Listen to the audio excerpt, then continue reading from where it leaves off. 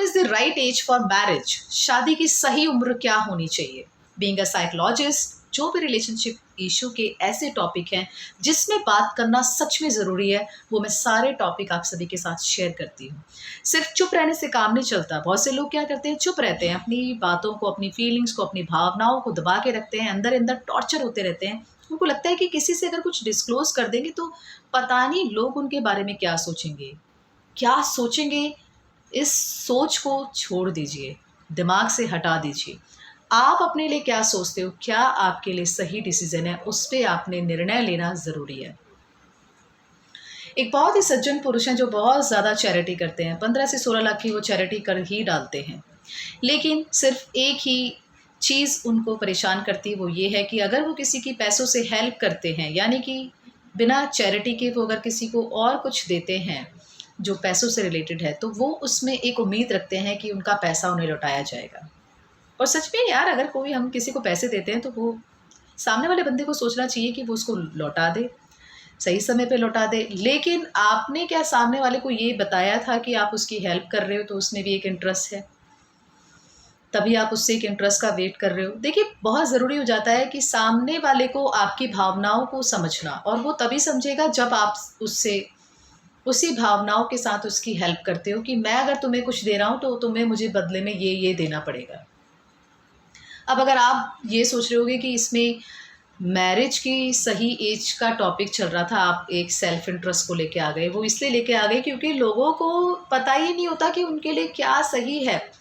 लोग सोचते हैं कि हम 30 साल की उम्र में शादी करेंगे क्योंकि तब हम एक स्टेबल हो जाएंगे, सक्सेसफुल हो जाएंगे, हमारे अंदर वो काबिलियत होगी कि हम किसी और पर्सन को पाल सकते हैं, या फिर उसको अपने साथ रख सकते हैं, या फिर उसकी हर जिम्मेदारी को पूरा कर सकते हैं, या फिर चैलेंजेस को हम एक्सेप्ट कर सकते हैं। क्योंकि शादी इज़ अ चैलेंज।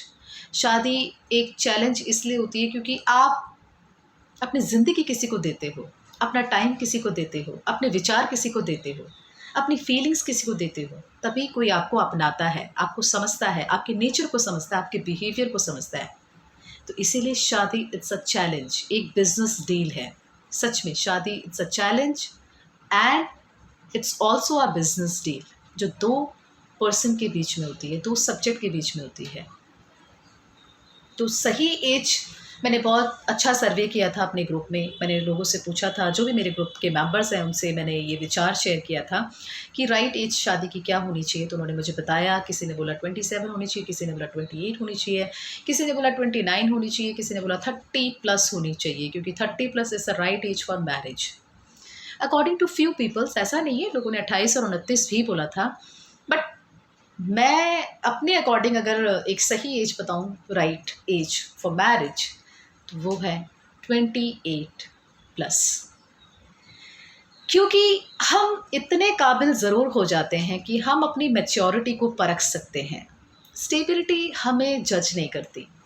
बहुत से केसेस ऐसे देखे हैं मैंने, शादी कर लेते हैं, अच्छे से अर्न कर रहे थे, शादी से पहले अच्छी खासी जॉब थी, बहुत बड़ा बिजनेस था, बहुत अच्छी जॉब में लगे हुए थे, ज़रूरी नहीं कि बिजनेसमैन ही हो, लेकिन शादी के बाद सब कुछ बिखर गया, टूट गया, जॉब ही नहीं रही ना। वाइफ तो ऑलरेडी जॉबलेस थी, हस्बैंड भी जॉबलेस हो गए।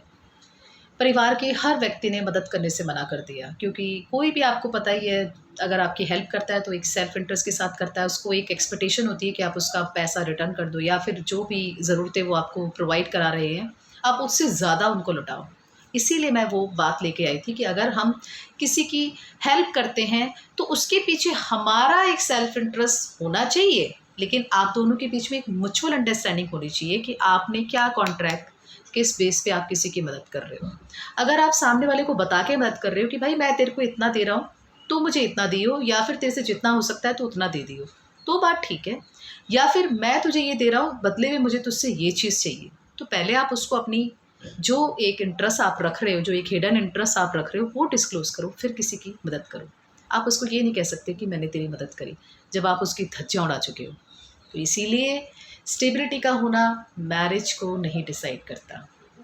जिन जिन लोगों ने 27, 28, 29 बोला है, थोड़ा सा और समझिए, थोड़ा सा अपने सोच को और एक ट्रांसपेरेंसी दीजिए, थोड़ा-सा और आपको सोचने की ज़रूरत है, क्योंकि बहुत से मैंने केसेस देखे हैं सच में रिलेशनशिप इश्यू के ऊपर। जितनी भी मैंने डीलिंग की है, जितने भी मैंने केसेस अभी हैंडल किए हैं और जितने लोग मेरे टच में हैं, वो इस बात को बेहतर समझते हैं, क्योंकि आजकल के बच्चे शादी करना ही नहीं चाहते हैं। इतना उन लोगों के माइंडसेट में प्रॉब्लम आ चुकी है, उन लोगों को लगता है कि शादी करेंगे तो पता नहीं हम कैसे सर्वाइव कर पाएँगे उस रिश्ते में। ये तो छोड़ दीजिए, ये तो छोड़ दीजिए, क्योंकि सर्वाइव हम अकेले रह के भी कर सकते हैं, तो हमें उसके लिए किसी को और अपनी लाइफ में ऐड ऑन करने की ज़रूरत नहीं है। बट बेस्ट एज की यहाँ पे बात हो रही है कि सही उम्र क्या होनी चाहिए, वो है 28 प्लस।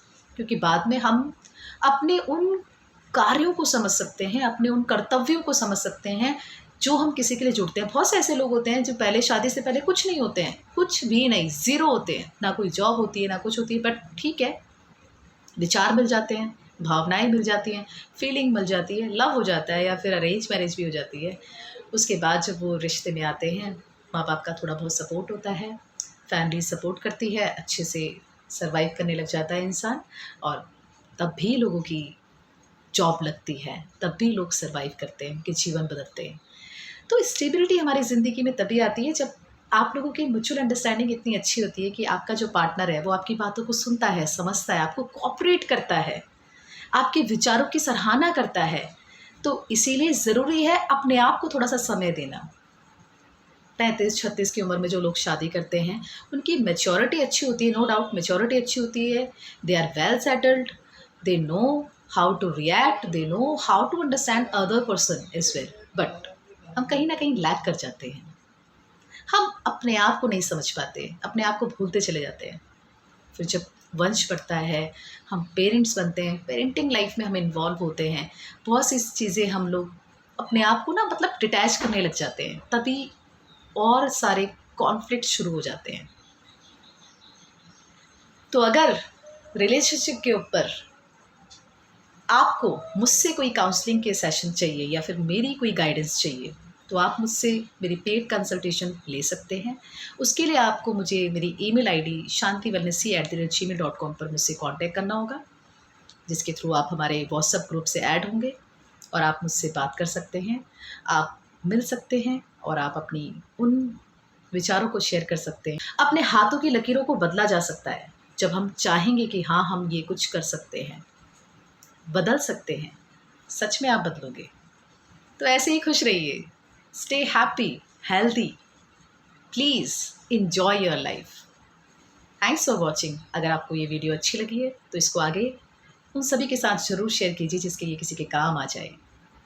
और आप कमेंट करके बता सकते हैं कि क्या राइट एज होनी चाहिए शादी की। अगर आपको लगता है कि मैं गलत हूँ तो आप शेयर कर सकते हैं। मैं अपने आप को ये नहीं कह रही हूँ कि मेरी ही बातों को आपको मानना है या फिर मेरे अकॉर्डिंग जो भी मैंने बताई हुई चीज़ें हैं वो सही हैं। आप अपने विचार भी शेयर कर सकते हैं। Please share your thoughts, please बात कीजिए। Thank you so much.